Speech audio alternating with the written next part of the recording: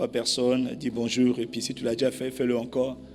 Si tu ne l'as pas fait, tu as l'opportunité de le faire. Quand tu le fais, fais-le avec le sourire.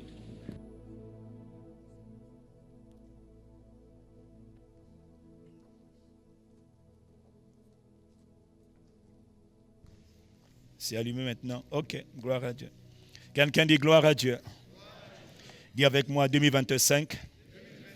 C'est mon année. Il faut le dire bien. Dis avec moi 2025. C'est mon année de croissance en Jésus-Christ. Dis Amen. L'an dernier, notre année 2024, c'était l'année de la restauration des fondements en Christ Jésus.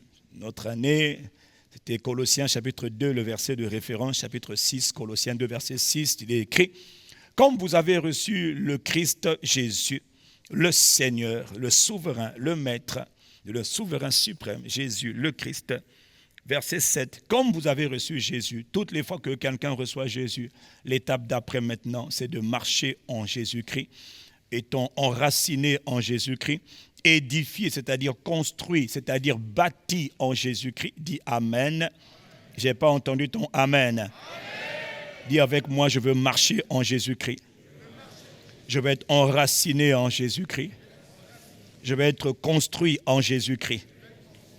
C'est ça la vie. C'est ça la réalité de la vie. Et il te dit après, affermi dans la foi, selon que vous avez été enseigné. Dis Amen. Donc, nos buts de nos enseignements, ce n'est pas le pasteur. Le but de nos enseignements, c'est le Christ en toi. Le Christ que tu as reçu, on doit t'apprendre à marcher en lui, à être enraciné en lui, à être construit en lui, à être bâti en lui, en Jésus de Nazareth, le Christ. Si tu vas dans une église où on te parle d'autre chose, il faut sortir. Parce que le centre s'appelle Jésus de Nazareth, le Christ. C'est lui que tout homme est appelé à recevoir. C'est son esprit, l'Esprit Saint, l'Esprit de Jésus. Dis-moi un bon Amen. Et quand on marche en Jésus-Christ, il va arriver maintenant qu'on soit affermi dans la foi en Jésus-Christ. Le but de tout ce qu'on fait, c'est ça. Dis-moi, Amen. Ce verset résume vraiment une bonne partie de la vie chrétienne. Dis-moi un bon Amen. Quand je parle d'être édifié en lui, c'est être construit en lui. C'est être bâti en lui. Et c'est justement, c'est notre manière de dire qu'on va grandir en lui, on va être taillé, bâti en lui seul. Dans le livre d'Éphésiens chapitre 4 au verset 10, je donne juste le contexte de ce que je vais du thème de cette année. Éphésiens 4 verset 10, il est écrit, en parlant de Jésus, il parle de Jésus il dit, celui qui est descendu, c'est le même qui est monté au-dessus de tous les cieux afin de remplir toutes choses. Et on parle de ce que Jésus a fait lorsqu'il est monté. Quand Jésus est monté, quand Jésus est ressuscité, quand Jésus a été glorifié, il est écrit qu'il a donné à l'Église, il a fait don à l'Église, les uns comme apôtres, les autres comme prophètes, les autres comme évangélistes, les autres comme pasteurs et docteurs. Les prophètes, les apôtres, les prophètes, les évangélistes, les pasteurs et les enseignants qu'on appelle encore les docteurs ou qu'on appelle encore les maîtres, ce sont des dons. Il dit Jésus-Christ a donné, ce sont des dons, ce sont des ministères. Dis avec moi des ministères que Dieu a donné à son Église, au corps du Christ. Même si le corps n'est pas conscient, mais le corps a reçu des dons. Tout comme dans un pays, il y a le gouvernement dans tout pays. Dis-moi un bon Amen. Tout le monde ne fait pas partie du gouvernement. Dieu merci. Mais tout le monde peut être utile pour la cause du pays. Dis-moi un bon Amen. Et il y a le gouvernement de Christ sur la terre que Christ a établi. Ce n'est pas toi qui as établi, c'est Jésus qui a établi. Voilà pourquoi tu ne peux pas t'établir toi-même pasteur ou apôtre. Ça n'existe pas. Si tu le fais, Jésus ne te soutiendra pas. Voilà pourquoi il y a beaucoup d'aventuriers. Il faut quitter l'église, il faut démissionner, va t'asseoir.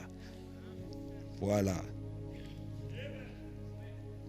Il a donné ses dons, les apôtres, les prophètes, les évangélistes, les pasteurs, les docteurs. Il a fait pour le perfectionnement des saints, des croyants. Dis-moi un bon Amen. Pour le perfectionnement des saints en vue de l'œuvre du ministère. C'est-à-dire en vue du travail pour lequel Dieu a destiné chacun d'entre nous. Parce qu'on n'a pas le même appel, on n'a pas les mêmes grâces. Non, vraiment là, on va pas aller dans les détails, mais chacun de nous est différent. Même si on est jumeaux, on est différent. On peut être dans le même couloir, mais on va toujours opérer d'une certaine manière. Il y aura toujours une certaine différence. Dis-moi Amen. envie de l'édification, c'est-à-dire la construction du corps de Christ. Parce que Christ, c'est la tête. Christ, c'est le meneur. Christ, c'est le leader de son corps. Son corps, c'est sa communauté. Quand on parle de corps, on parle d'assemblée. Quand on parle de corps, on parle de communauté. Oh, c'est lui qui est la tête de la communauté. Et lui, il veut construire son corps. Il veut édifier son corps. Voilà pourquoi il a donné ses dons. Il dit au verset 13, « Jusqu'à ce que nous soyons tous parvenus à l'unité de la foi et de la connaissance du Fils de Dieu. » Que Dieu nous fasse la grâce d'y arriver. Unité de la foi et l'unité de la connaissance du Fils de Dieu. C'est-à-dire une connaissance profonde, une connaissance intense, une connaissance de Christ. Miséricorde. Que Dieu nous fasse miséricorde. À l'état d'homme fait, à la mesure de la stature parfaite de Christ. Ainsi, au verset 14, quand on va arriver à l'unité de la foi, quand on va arriver, par la grâce de Dieu, petit à petit, quand on arrive à l'unité de la foi, quand on arrive à la connaissance du Fils de Dieu, Jésus le Christ, quand on arrive à la mesure de l'homme spirituel, l'homme adulte, quand on arrive à la mesure de la stature parfaite de Christ, il se passe automatiquement quelque chose. Nous ne serons plus des enfants flottants et emportés à tout vent de doctrine par la tromperie des hommes. Il y a toujours des menteurs, par leur ruse dans les moyens de séduction. Mais il dit, mais en professant, en étant vrai, en professant la vérité, en étant vrai dans l'amour, nous croîtrons, nous grandirons à tous égards en celui qui est la tête, celui qui est le chef, le meneur, c'est-à-dire le Christ. Le point important d'Éphésiens 4, c'est le point que je voulais retenir, c'est Éphésiens 4, verset 15. La volonté de Dieu, c'est qu'en étant vrai dans l'amour, nous arrivions à croître, à grandir, chacun d'entre nous, chaque membre du corps du Christ. La volonté parfaite du Christ, c'est que chaque membre du corps grandisse, soit bâti, croisse plutôt, dit Amen, mais il croisse en Christ Jésus. Voilà pourquoi cette année, le Saint-Esprit nous a vraiment inspiré, pour que nous a vraiment ordonné que cette année soit l'année de ta croissance en Christ. Et il te dit bien, tu dois croître en tous égards. C'est-à-dire, il n'y a pas un domaine de ta vie où Dieu n'a pas envie que tu croisses. Il n'y a pas un domaine de ta vie où Dieu n'a pas envie que tu grandisses. Quel que soit l'homme, tu dois grandir. Tu as reçu Jésus, tu dois grandir. Tu as reçu Jésus-Christ, tu dois grandir en lui. Ouais. Il est venu vivre en toi, tu dois grandir. On doit te voir comme un musculore. On doit te voir comme un Christ, formé en Christ, taillé, bâti en Christ. Donc tu dois être plus solide. Donc rendez-vous cette année 2025 pour toi, afin que tu sois plus construit, plus bâti, plus solide. Trop de légèreté. Et le monde spirituel maléfique est très très en colère et très déterminé à faire tomber tellement. Mais il te dit que quand on arrive à comprendre l'utilité de ces ministères que Dieu donne, et quand on fait ce que Dieu veut, on va arriver à un niveau où on n'est plus ballotté à gauche à droite. C'est-à-dire les gens qui te trompent là, ils vont te dire mais je te trompe. Tu dis dégage. Tu vas tromper qui? Je ne suis pas quelqu'un qu'on peut ébranler par des faux enseignements. Tu seras capable de reconnaître ce qui est vrai de ce qui est faux. Tu ne diras pas bêtement, ah ça c'est ça. Non, il faut discerner aussi. Il ne faut pas dire les choses bêtement aussi. Il y en a qui appellent mal ce qui est bien, ils appellent bien ce qui est mal. Aucun discernement, aucune intelligence spirituelle, aucune sagesse, aucune maturité spirituelle. Tu sais pourquoi? On a un problème. Nos fondements sont mauvais et puis on n'a jamais grandi. Voilà pourquoi cette année, que Dieu t'accorde la grâce de grandir en Christ. Dis avec moi 2025, c'est mon année. C'est mon année. C'est ma saison, c'est mon temps de croissance, de grandir en Jésus-Christ. Dis encore avec moi, 2025, je vais croître, je vais grandir à tous égards, dans tous les domaines,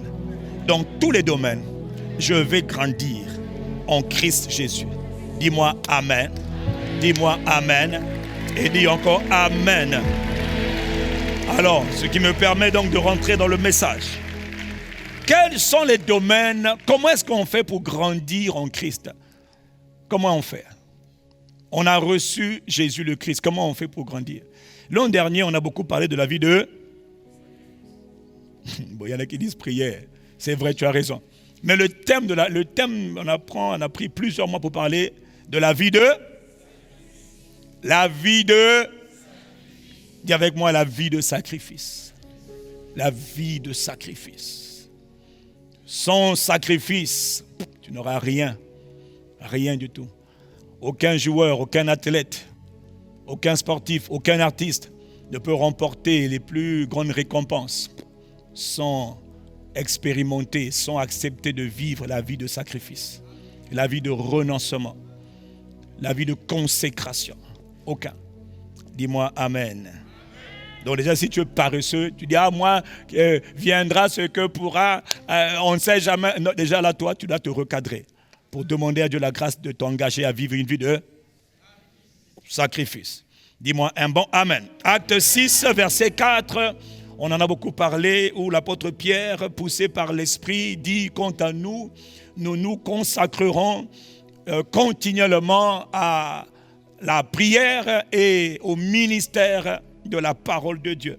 Il te dit que lui, et Paul, Pierre, Paul, tous ces gens dont on parle de les Écritures, ont bouleversé leur monde. Leur vie ils ont connu, ils ont eu un impact sur la terre avant de partir.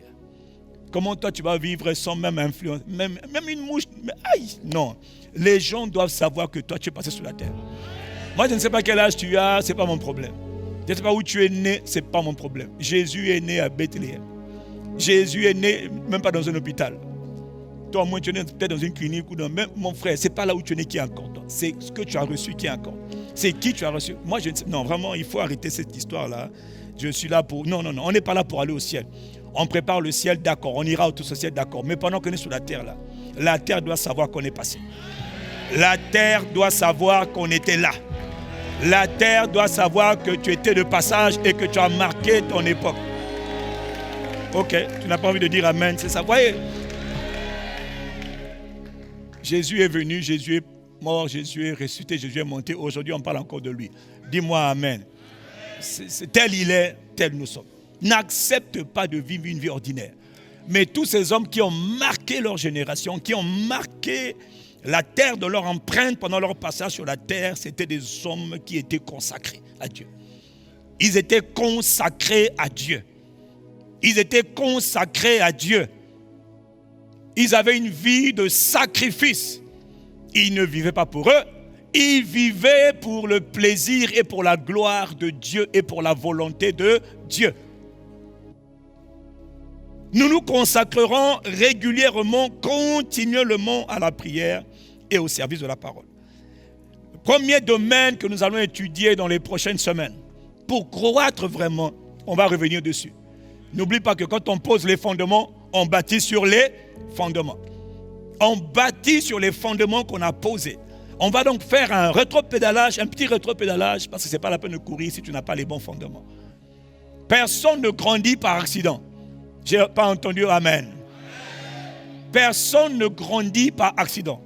Celui qui grandit doit s'engager dans un processus naturel de croissance. Personne ne devient fort aussi par hasard. Si tu vois quelqu'un qui est fort, qui est costaud, c'est parce qu'il a investi du temps dans des salles de sport ou dans des exercices physiques. Si tu vois quelqu'un qui est fort spirituellement, c'est quelqu'un qui a investi du temps. Rien n'arrive par hasard. La vie ne te fera aucun cadeau. La vie ne te fera aucun cadeau. Réveille-toi, hein. Toi qui attends que tu attends, on ne sait pas ce que tu attends, mais tu attends, chaque jour tu te lèves, tu attends, tu passes tes journées à la maison, tu attends que ça n'arrivera pas. Il y a des choses qui arrivent parce que tu les provoques. Cette génération de paresse, où du matin au soir, tu es là en train d'attendre. Et toi qui es dans les bars le matin, à 7h du matin, tu es en train de prendre la bière, que Dieu te voit. Que Dieu casse la bouteille de bière que tu es en train de prendre. Que Dieu détruise la bouteille de whisky que tu prends le matin. Le matin, 8h, il prend du whisky. 8h, whisky pour aller où?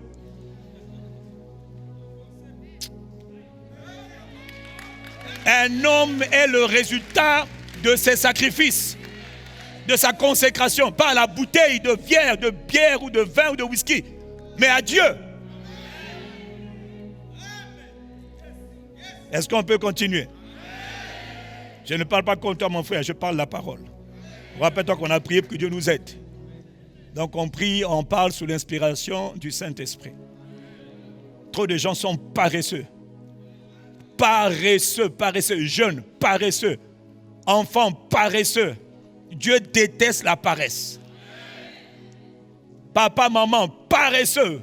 T'as là. Kéba. J'ai failli déjà même mettre la main là. Si tu étais là déjà, ma main allait partir sur ta tête.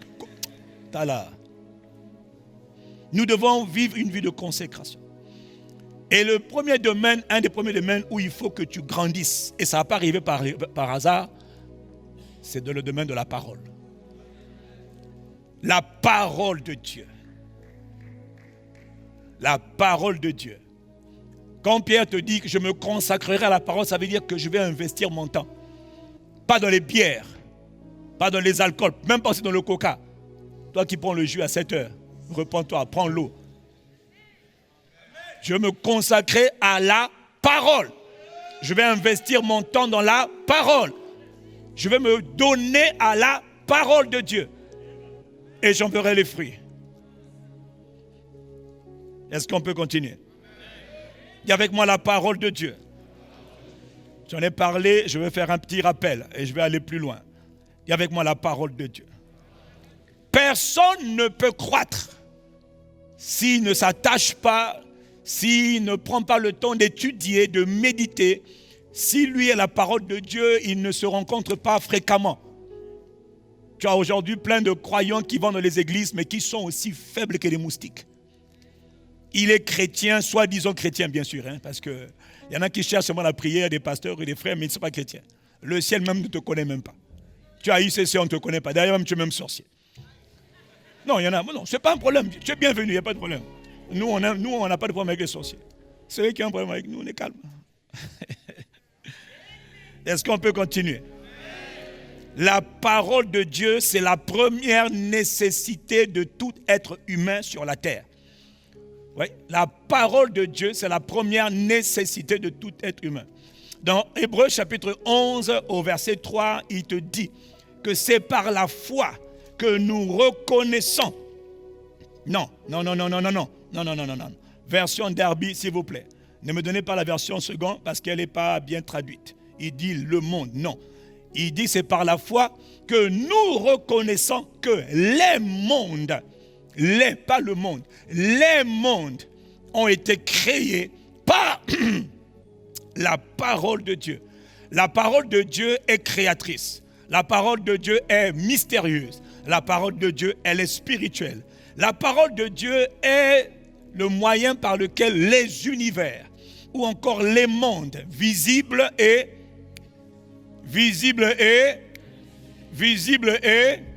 qui est conscient qu'il existe des mondes invisibles? Qui n'est pas conscient qu'il existe des mondes invisibles? Il faut te réveiller parce que ça existe vraiment. Dis-moi un bon amen. Hébreux 11, verset 3. C'est par la foi que nous comprenons que les mondes ont été formés par la parole de Dieu.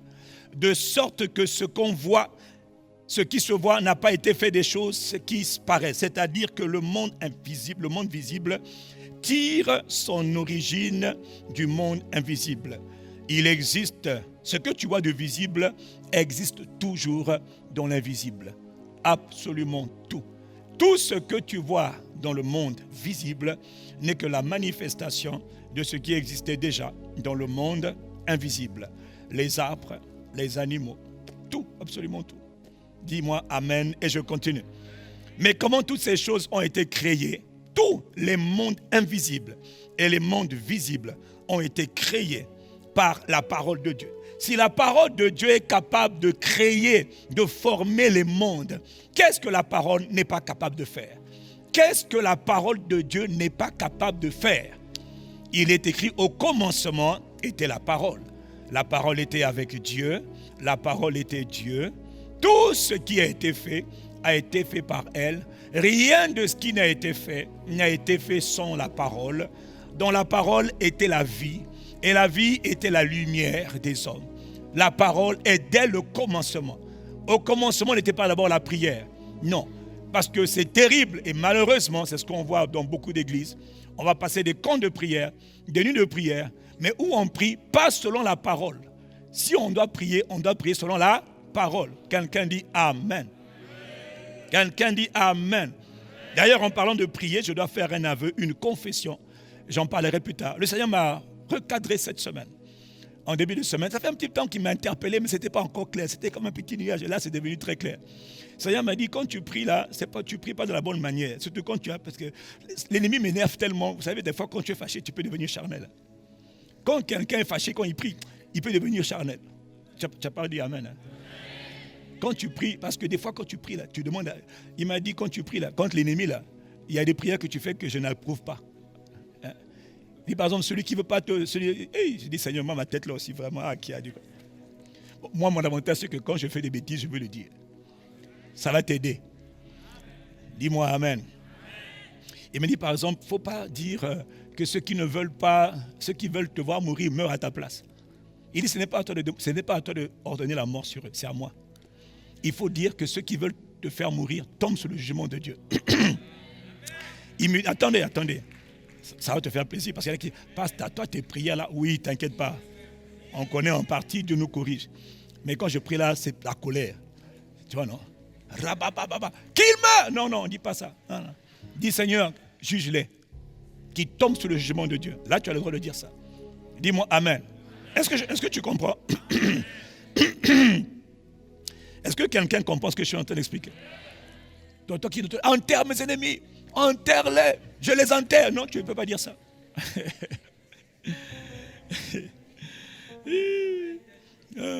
Faut faire attention à l'Ancien Testament. Hein.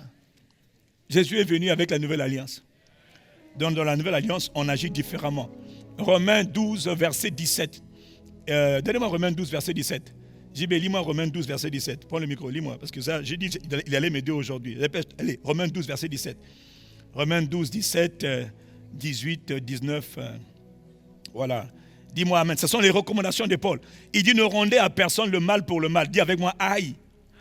Je sais que c'est ce que tu viens de faire dans ton cœur. Ne rendez à personne le mal pour le mal. Là, on va revenir dessus parce que ça, c'est aussi quand on va croître. Celui qui va croître en Christ, Jésus va comprendre ces choses-là, il va les pratiquer. C'est-à-dire,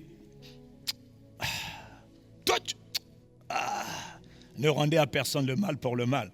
Recherchez ce qui est bien devant tous les hommes. Je crois que c'est au verset 19. Donne-moi le verset 19. Verset 19.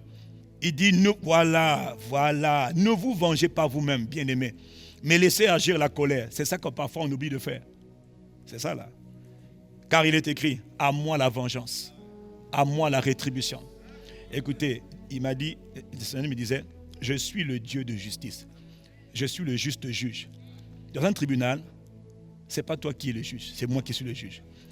C'est comme si on est au tribunal, il y a un juge, il y a un accusé, et puis il y a, comment on l'appelle déjà? Donc, il y a le juge, il y a celui qui est accusé, et puis tu as celui qui charge. Celui qui entend, il y a l'accusateur, voilà, il y a l'accusateur, il y a l'accusé, et puis il y a le juge. Il y a le juge, il y a l'accusateur, et puis il y a l'accusé. L'accusateur ne peut pas dire à l'accusé, toi je vais te tuer. Et puis l'accusé ne peut pas dire à l'accusateur, moi aussi je vais te tuer. Les deux doivent parler au juge. Il dit, oh juge, punis-le. L'autre aussi dit, oh juge, ne le punis-le toi aussi. Et le juge doit exercer la justice. Donc quand toi tu pries, tu es celui généralement qu'on appelle l'accusé. Et donc tu ne dois pas dire, je demande la mort. Non, tu dois dire, Seigneur, juge-le. Fais justice. Fais-moi justice. Fais-moi justice. Fais-moi justice. Le seul problème avec Dieu, c'est que tu ne sais pas quand est-ce qu'il va te rendre la justice en question. C'est pour ça que des fois, donc, c'est pour ça que... Non, remets-moi le verset. C'était juste une parenthèse. Hein. C'est pour ça qu'il dit, ne vous vengez pas vous-même. Est-ce que quelqu'un me soutient ici là? Il dit, mais laissez agir la colère. C'est ça là que tu ne sais pas faire. Il m'a dit, toi tu ne sais pas faire ça. J'ai dit, j'avoue. Je me repens. Il dit, laissez agir la colère. Laisse agir la colère. Laisse partir la colère.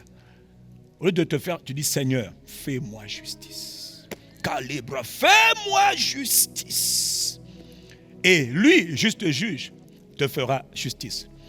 Parce qu'il y a la justice que toi tu fais toi-même quand tu invoques toi-même le feu sur tous les sorciers de ta famille, dont certains vous devez être sauvés par Dieu. Mais toi, tu as envoyé le feu sur eux. Mais Dieu dit, mais je ne peux pas les brûler puisque je vais les sauver. Voilà pourquoi toi, demande toujours justice. Est-ce que je suis en train de parler à quelqu'un? Pourquoi je fais cette parenthèse? Elle est en rapport avec la parole. Je le dis parce que, comme il m'a interpellé cette semaine, je dis, ah, miséricorde. Donc il m'a dit, toi, tu ne veux pas laisser agir la colère. J'ai dit, ok. J'ai demandé pardon. Je reconnais. Parce que parfois, les gens te font beaucoup de mal. Et des fois, tu as juste envie de dire, Seigneur, t'as là. Allez. À qui c'est déjà arrivé? Toi qui n'as pas levé la main là, que je prie que tu subisses tellement d'attaques, tu vas comprendre ce que nous on... À qui c'est déjà arrivé de péter un câble? Tu dis, ah, Seigneur, là. Ok, il y en a qui n'ont pas... à qui ce n'est jamais arrivé, levez vos mains. Ceux qui n'ont jamais eu vraiment à vous énerver contre la méchanceté, parce que la méchanceté énerve. La méchanceté des méchants énerve. Tu n'as jamais connu le méchant, voilà pourquoi tu es calme là. Tu souris calmement là. Ok, nous on vit ça. Acclame Dieu, je vais terminer, je passe. Vous voyez?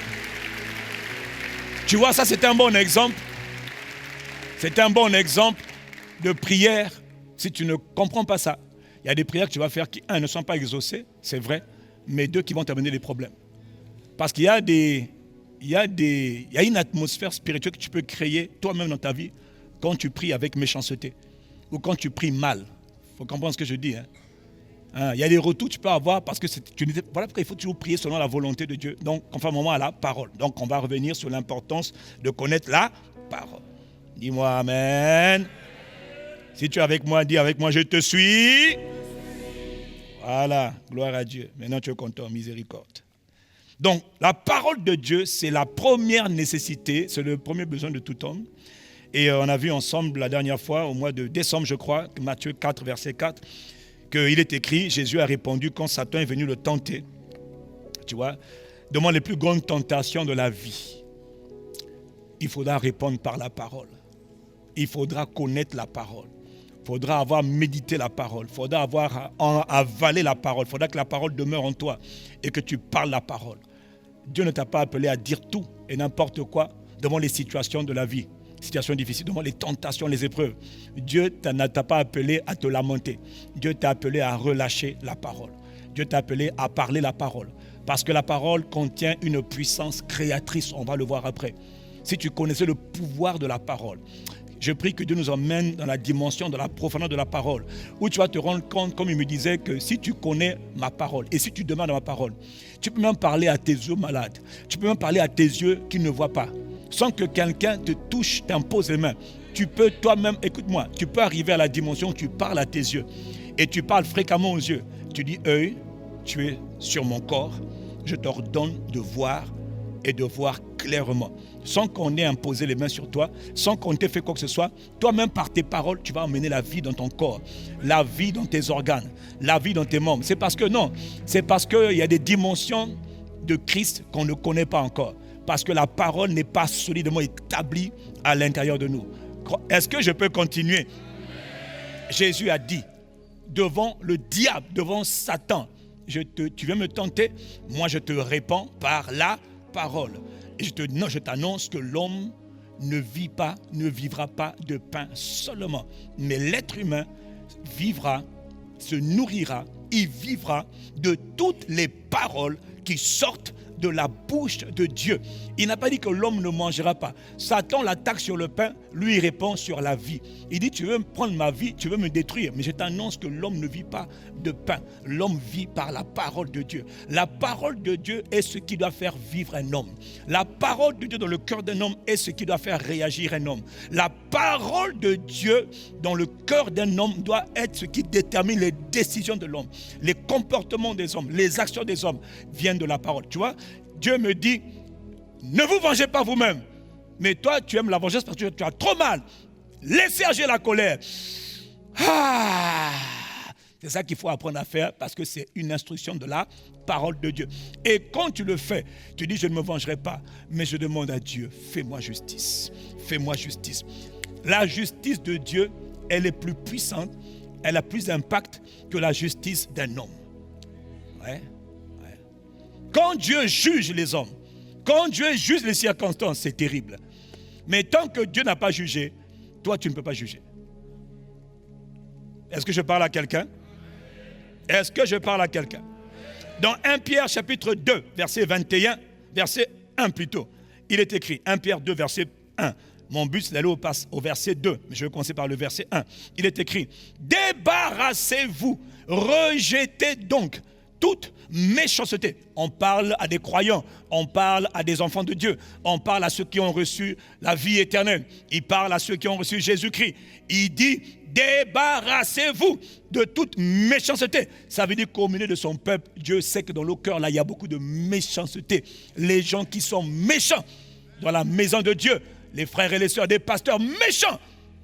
Méchants. Méchants. Et le problème, c'est que toi, tu ne vois pas la méchanceté. Il n'y a que Dieu qui connaît. Voilà pourquoi Dieu te menace ce matin. Ouais.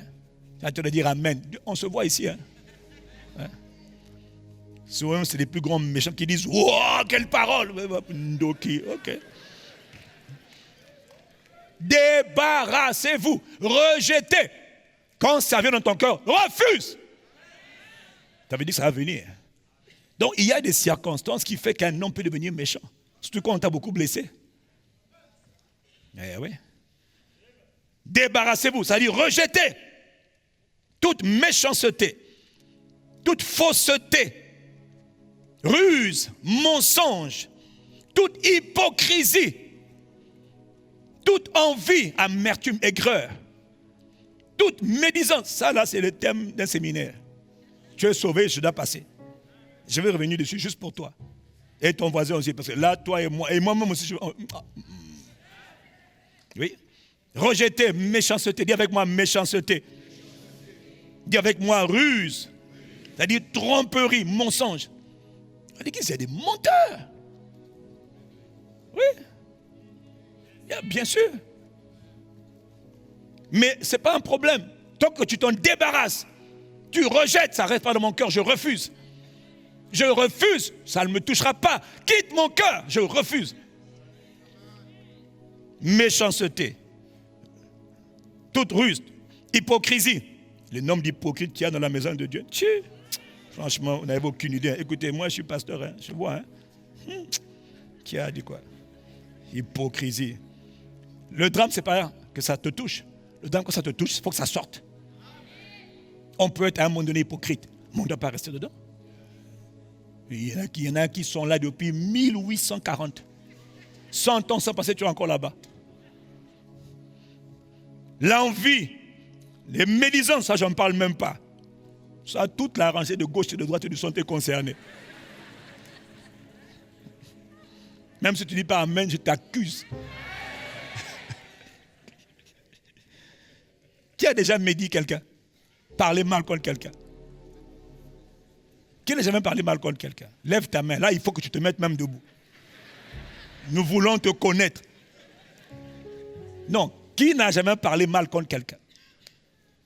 Ah, pourquoi personne ne lève la main? En haut là-bas, il n'y a personne. En haut là-bas, oh, vous êtes là. Qui n'a jamais parlé mal contre quelqu'un? Ça veut dire que tu viens de naître. Tu es né, tu as peut-être 1 an encore, ou peut-être 1 mois. Comme des enfants nouveau-nés, désirez le lait pur de la parole.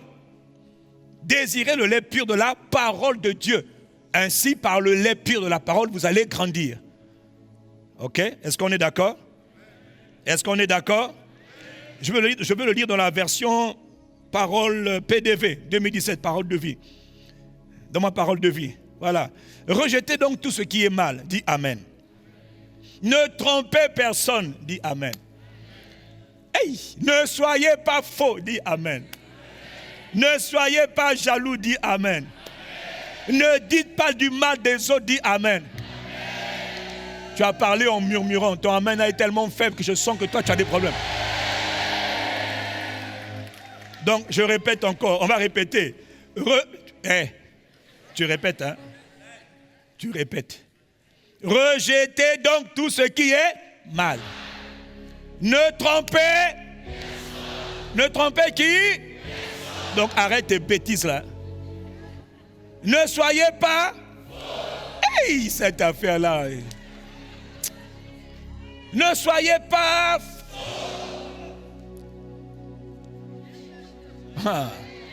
Laissez ça aux gens du monde. Eux, ils n'ont pas encore reçu la vie de Christ en eux. Nous, on peut rejeter. Eux, ils ont du mal. Non, j'arrive pas. Mais toi, tu arrives parce que Christ habite en toi. Christ rend les hommes capables de faire ce qu'ils n'arrivent pas à faire. Ne soyez pas faux. Trop de fausseté. Trop d'hypocrisie. C'est-à-dire, ça me brise le cœur. Moi-même, quand je fais des bêtises, je me dis, Seigneur, j'ai fait une bêtise. Toi, tu es dans la fausseté, tu es là. Car tu es glorieux, même tes dons mentent. C'est juste parce que Dieu est bon. Quand il expose les choses, ça devient compliqué. Tu n'as pas besoin d'attendre que Dieu t'expose. Expose-toi toi-même à la parole et repens-toi. Ne soyez pas et ne soyez pas le nombre de jaloux qu'il y a même dans la maison de Dieu, alors que ce n'est pas normal. Ce n'est pas moi, hein, c'est Dieu qui parle. Dieu parle.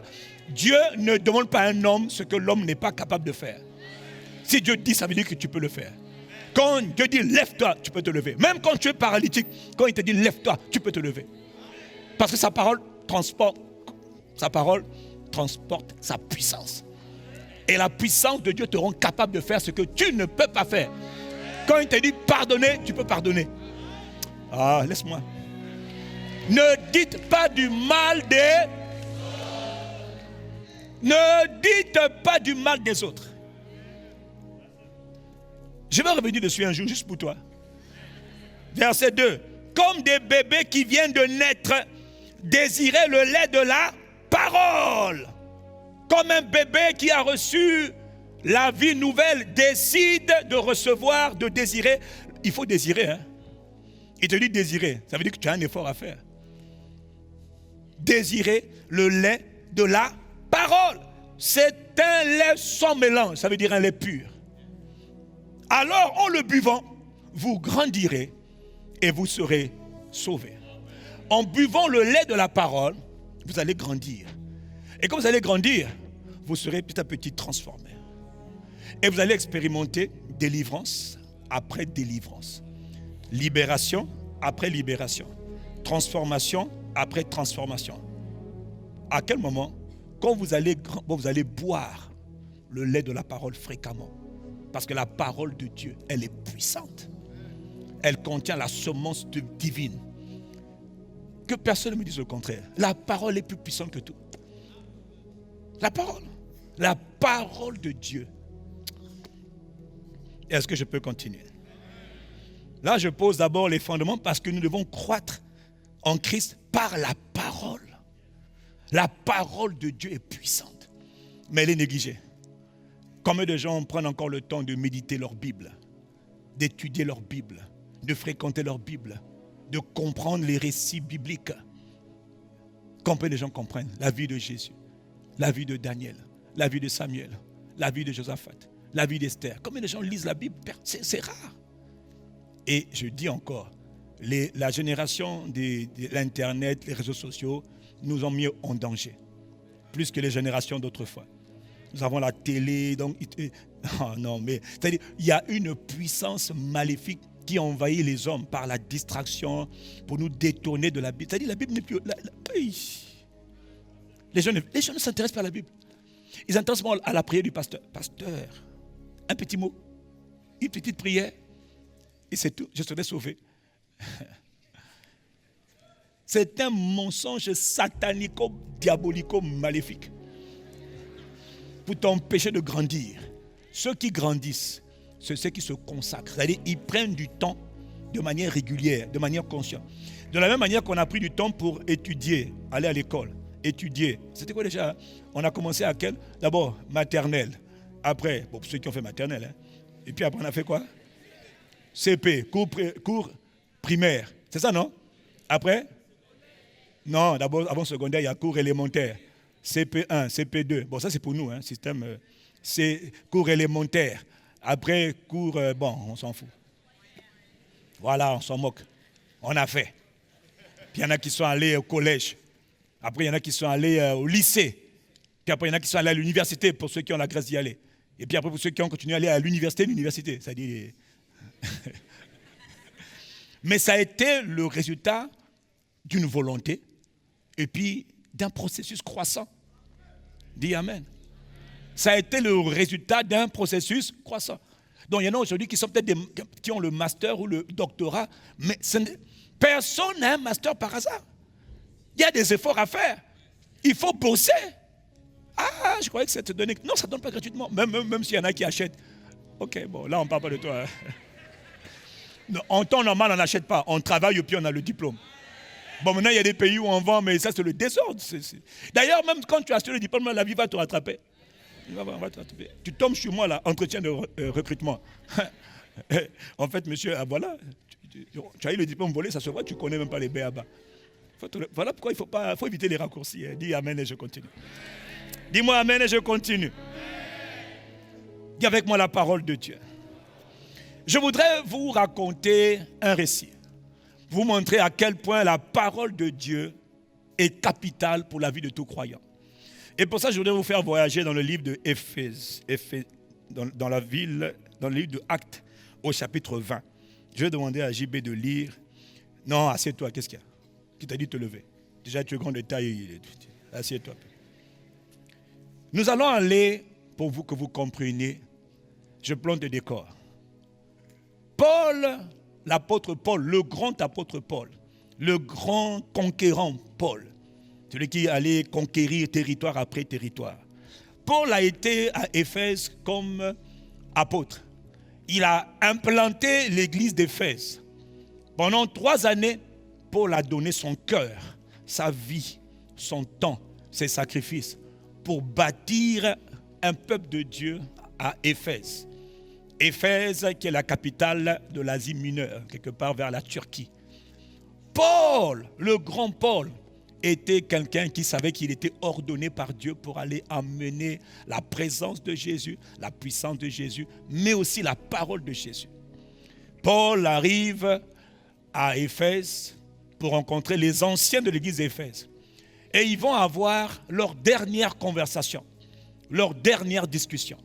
Vous savez que les dernières paroles d'un homme que tu ne verras plus jamais, quand c'est un homme quand c'est un homme important, ces dernières paroles sont capitales. Non? Quand quelqu'un est un homme important, ces dernières paroles qu'il va te donner, surtout s'il était très sage, elles sont salutaires pour toi. Je n'ai pas entendu ton amen. Si tu es avec moi, dis, pasteur, je suis. Donc, dans Acte 20, à partir du verset 17, Paul envoie chercher à Éphèse les anciens de l'église. Et il va avoir avec eux un discours très émouvant. Le discours d'un père pour ses enfants. Le discours d'un père pour l'église qu'il a créée. Je voudrais que tu ne vois pas seulement les paroles, mais tu vois le cœur de cet apôtre par excellence. Paul, c'est mon ami. C'est un des modèles qu'il faut suivre. C'est lui qui a dit, soyez mes imitateurs, comme moi-même j'imite le Christ. Paul a dépassé de très loin tous les autres apôtres. Paul est un nom qui est inscrit dans l'histoire. Paul, disciple par excellence, apôtre par excellence de Jésus. N'oublie pas, hein, lui, quand il te dit qu'il s'est consacré, lui aussi, des hommes consacrés à Dieu. Des hommes que nous devons aspirer à imiter. Et quand moi je lis les écrits de Paul, parfois je pleure, tellement je suis touché par le témoignage de ce que sa vie aurait été sur la terre. Paul, apôtre de Jésus-Christ. Non par la volonté des hommes, non par un homme, mais par la volonté de Dieu, le Père et de Jésus-Christ. Ce n'est pas un apôtre fabriqué par un faux type là. Non. C'est un apôtre que le ciel a établi, que le Père a reconnu. Dis-moi un bon Amen. Alors Paul, maintenant tu vas commencer à lire à partir du verset 17, tu vas lire doucement. Je veux que tu m'aides à lire parce que le texte est trop long. Et à chaque fois que tu vas lire, je te dis stop, tu arrêtes. Vas-y JB. Acte chapitre 20, à partir du verset 17, il est écrit. Cependant, de Milet, Paul envoya chercher à Éphèse les anciens de l'Église. Lorsqu'ils furent arrivés vers lui, il leur dit, « Vous savez de quelle manière, depuis le premier jour où je suis entré en Asie, je me suis sans cesse conduit avec vous. » Vous savez de quelle manière, depuis le premier jour où je suis entré en Asie, je me suis sans cesse conduit avec vous. Donc le gars était consistant. C'était un homme constant. Ce n'est pas un homme de Dieu coussi coussa, non. Un homme vrai. Il avait une certaine attitude. Et tout le monde savait qu'il avait tel... Je prie que les gens sachent que toi, tu es comme ça. Que toi, tu es quelqu'un de comme ça. Pas un homme, une femme qui est glissant, mais quelqu'un dont les gens peuvent rendre un bon témoignage. Je me suis sans cesse conduit avec vous. Verset 19. Servant le Seigneur en toute humilité, avec larmes, et au milieu des épreuves que me suscitaient les embûches des Juifs. Paul était un serviteur du Seigneur et il ne servait pas avec arrogance. Il y en a qui servent le Seigneur avec orgueil. Il y en a qui servent le Christ avec arrogance. Il y en a qui servent Dieu avec mépris. Regarde. Lui, le modèle, Paul, qui imite Jésus, s'il le dit, c'est parce que ça veut dire que tout le monde ne le fait pas. Il sert Jésus-Christ avec humilité. Que Dieu nous accorde cette grâce à nous tous. Donne-moi un bon amen. Avec larmes, tellement c'était un homme plein de compassion. Paul avait un cœur. Ce n'est pas tout de servir, hein, les amis. Excusez-moi. On peut tous être pasteurs. Je m'en fous de la fonction pastorale, si c'est ça. Si on sert, c'est avec le cœur. Il faut qu'il y ait le cœur de Dieu en nous. Même si on n'est pas parfait, mais qu'on retrouve au moins le cœur du Christ en nous. Il dit, je servais avec larmes. Paul était un homme plein de compassion, pas plein de fausseté.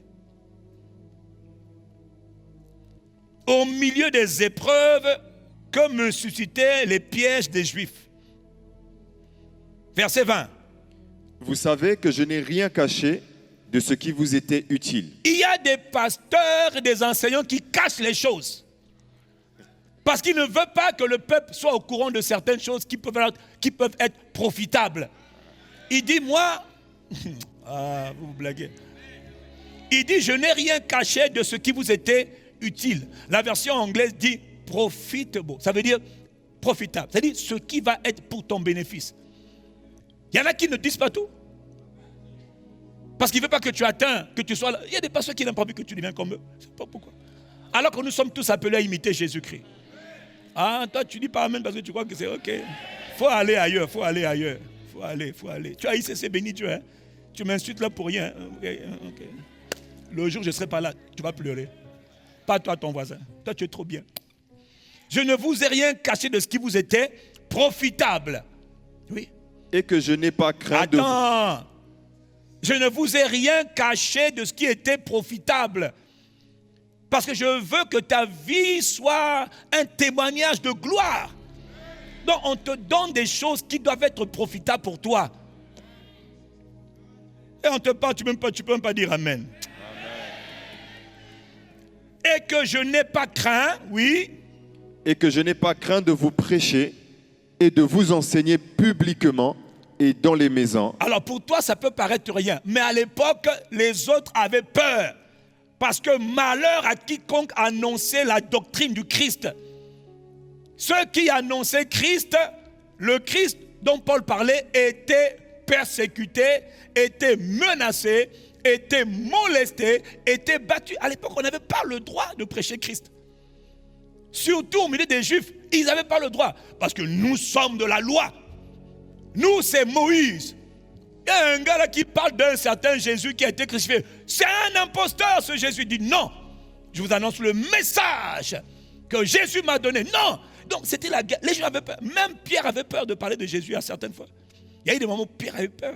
Les autres là n'en parlaient même pas. L'église de Jérusalem. Ils ont eu peur. Ils voulaient mélanger les choses. On ne mélange pas. On prêche le Christ pur. Et là où les gens te disent non, tu vas créer des polémiques. Ok. Mais lui, Paul n'a pas peur des polémiques. Donc, il dit, je prêchais publiquement et je prêchais dans les cellules de maison. Ça veut dire qu'il y a des pasteurs qui ne supportent pas l'église de maison parce que c'est trop petit. Lui, quand il prêche, il faut qu'il y ait une foule. Ok. Ok, tu n'as pas dit. J'ai vu Papa Oyedepo, j'ai vu Adeboye prêcher devant 5 personnes, 15 personnes. Il y en a que ça dérange. Ok, moi, voilà pourquoi je vous avais dit. Je vous le dis encore. Pour faire avoir des gens vrais, même si on n'est que 10. Que 3000 personnes, 10 000 personnes, mais qui sont des gens faux. Non, que Dieu me garde. Hein. Ok. Que Dieu nous garde. Verset 21. J'ai prêché, il dit, j'ai enseigné. Donc il a prêché Et il a enseigné. Dis avec moi, il a prêché. Il a prêché. Et il a enseigné. Quand on Et il a enseigne, enseigné. on fait asseoir les choses. Quand on prêche, on exhorte, on encourage. Mais quand on enseigne, c'est pour faire asseoir. Pour que ta vie soit établie dans la parole. Dis Amen. Ok, on continue. Verset 21. Annonçant aux Juifs et aux Grecs la repentance envers Dieu Et la foi en notre Seigneur. Jésus-Christ. Continue. Verset 22. Et maintenant, voici, lié par l'Esprit, je vais à Jérusalem. Maintenant, voici, je suis lié par le Saint-Esprit. Un homme dépendant du Saint-Esprit. Waouh. Je vais à Jérusalem. Ne sachant pas ce qui m'y arrivera. Ne sachant pas ce qui m'y arrivera, mais j'y vais quand même. Je ne vois pas tout, mais j'obéis quand même. Parce que l'Esprit de Dieu est en train de me contraindre à aller là-bas. Il y a des endroits où l'Esprit t'envoie. Ça ne veut pas dire que c'est beau, mais il faut aller. Le succès de la vie d'un homme se trouve dans l'obéissance aux instructions du Saint-Esprit. La vraie réussite, ce n'est pas aller là où il y a tout le monde, s'il vous plaît. La vraie réussite, ce n'est pas même aller évangéliser n'importe où. La vraie réussite, ce n'est pas faire ce que tu veux. La vraie réussite, c'est faire ce que l'Esprit de Dieu t'emmène à faire, te pousse à faire. Là où il veut te voir faire, qu'il t'appelle à faire. Je n'ai pas entendu ton Amen. Amen. Lié par l'Esprit, je vais à Jérusalem. De ville en ville, l'Esprit Saint m'avertit que des liens et des tribulations m'attendent. C'est-à-dire, Dieu te dit, va là-bas ma fille, mais tu vas souffrir. Ouh, tu vas souffrir. Toi tu dis, au nom de Jésus, je viens de changer de direction pour la gloire de Jésus. Non, il y a des... Est-ce que je peux continuer? Amen. Qui t'a dit que la vie chrétienne consiste à faire seulement ce qui est bien? Ne sais-tu pas que parfois faire la volonté de Dieu, c'est avoir des souffrances, des combats, des tribulations, des persécutions? Qui vous a dit que la vie chrétienne, la vie en Jésus-Christ, c'est aller à Dubaï ou aller à Paris avec les enfants, en classe affaires ou en voiture, machin? Qui t'a dit ça? La vie spirituelle, c'est faire ce que le Saint-Esprit me dit de faire en sachant que ça va me faire mal. Ouais. Oh pasteur, je suis allé, on m'a attaqué. On m'a attaqué de quoi? On m'a menacé avec le couteau. Et alors, lui, il a dit que des liens et des tribulations m'attendent. Lui, c'était les pierres qu'il recevait. Toi, c'est un petit coup de couteau. Ah, les Koulouna m'ont attaqué. Et alors, ça peut faire partie de la volonté du Seigneur pour toi? Tant que tu as encore envie, bénis Dieu.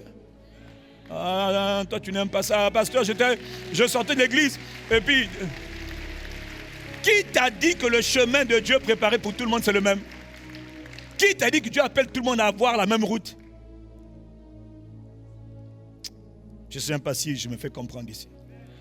Lui, il te dit que je suis poussé par l'Esprit à aller là où j'ai des problèmes qui m'attendent. Là où je vais souffrir. Tu es prêt à accepter ça? Tu es prêt à accepter ça? La vie de sacrifice, c'est accepté. Hein? Si tu vas là-bas, Yves, tu vas souffrir. Si tu dis ça, tu auras des problèmes. Mais dis-le, c'est moi qui t'ordonne. Ok, je vais dire. Et puis après, j'ai des attaques, des accusations, complots sur toute ma tête là. Hey, c'est pour ça que j'ai plus de cheveux. Moi, Dieu m'a déjà dit, mon fils, tu vas être accusé faussement de tout. Je dis, ah, encore? Il dit, oui, oui, t'inquiète pas. Moi, Dieu m'a déjà dit, plus tu avances, plus on va te taper dessus. Qu'il me soit fait selon tes paroles. C'est vous qui êtes surpris. C'est toi qui es choqué. Moi, je ne suis pas choqué. Moi, tu m'avais déjà dit, tu vas souffrir. Pour mon nom, tu vas souffrir. Pour accomplir ma volonté, tu vas souffrir. La vision, c'est de gagner le Congo à Christ. Déjà, même quand tu le dis, tu énerves les gens. Même cette phrase, toi, tu acclames parce que tu n'es pas concerné. Ah, ils sont là, mais ce n'est pas toi qu'on... Miséricorde.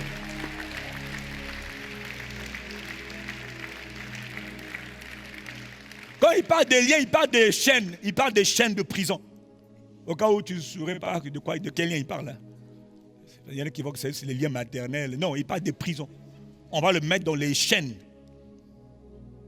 Tu as compris? They will put him in jail, in prison.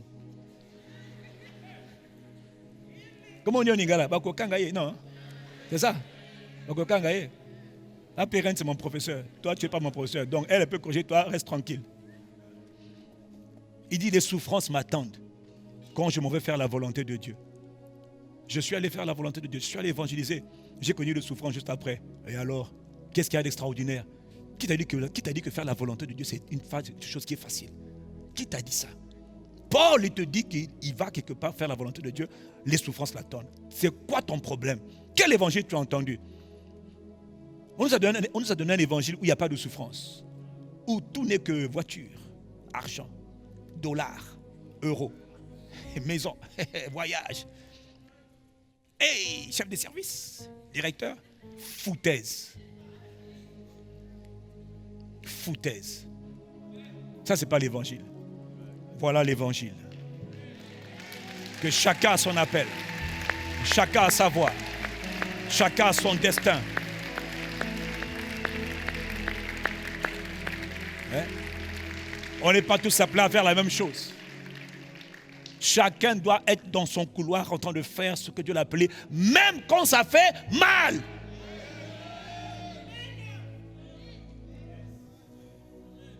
Ça doit me faire souffrir, mais que ça correspond à la volonté de Dieu pour moi. Alors j'y vais, lié par le Saint-Esprit, j'y vais. Quel exemple, quel modèle. Waouh. Mais je ne fais pour moi-même aucun cas de ma vie comme si elle m'était précieuse. Waouh! Ça veut dire que je m'en moque de ma vie. Pour moi, elle n'est pas précieuse. Tout ce qui m'importe, dit Paul, c'est quoi? Lis, JB, tu dors ou quoi? Verset 24. Mais je ne fais pour moi-même aucun cas de ma vie comme si elle m'était précieuse. J'ai déjà dit, petit, il faut suivre. Pourvu que j'accomplisse ma course. Il faut suivre. Il ne faut pas être distrait, il faut suivre. Quand j'ai arrêté là, toi tu continues là où j'ai arrêté. Lis-le, tape-le sur la tête, avec amour. J'ai dit tape sur sa tête pour qu'il se réveille. Voilà. Je n'ai pas dit carrer sa tête, je dis tape. C'est un fils, Makofi. Coq. Voilà, alléluia. Pourvu que j'accomplisse ma course avec joie. Je ne fais aucun cas de ma vie, elle ne m'appartient pas. Donc je n'en fais pas. Ah, c'est ma vie. C'est quoi ton problème? Ta vie ne t'appartient même pas. Elle appartient à celui qui te l'a donnée. Comme si elle m'était précieuse. Elle dit, parmi nous là, pour toi là, et ta vie là, hey, non, attention, ne me touche pas.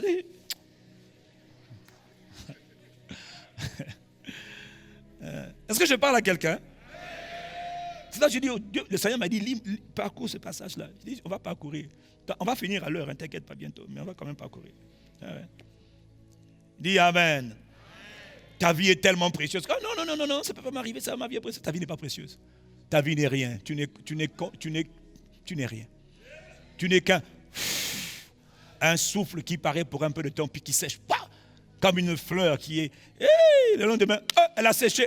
C'est ta vie. Oui, tu n'es pas important. Tu es important, mais tu n'es pas important. Tu es utile, mais tu n'es pas si utile que ça. Il ne faut pas qu'on te monte. Hein. Est-ce que je suis en train de parler à quelqu'un? Mais ma vie, mon âge avance, tais-toi. Arrête ça. Je dois me marier, arrête ça. Arrête ça. Je ne fais aucun cas de ma vie comme si elle était précieuse. Tout ce qui m'importe, dit Paul, que j'accomplisse ma course. Que j'accomplisse le ministère, le service que j'ai reçu du Seigneur Jésus. Que je fasse ce pourquoi j'ai été né, j'ai été envoyé plutôt. Que j'accomplisse avec joie, pas avec c'est dur hein, la volonté de Dieu là. Non, que j'accomplisse avec joie ma course, mon mandat, ma mission, ma destinée.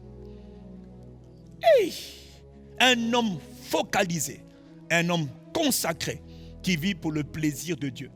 Toi tu dis ça mais tu n'as pas envie de vivre pour le plaisir de Dieu. Et tu oublies que ta vie n'est pas si précieuse que ça. Et que dans quelque temps, tu vas mourir de toute manière. On va être surpris de voir que j'étais à UCC, mettez-le en enfer. Mais là-bas, j'étais star en enfer.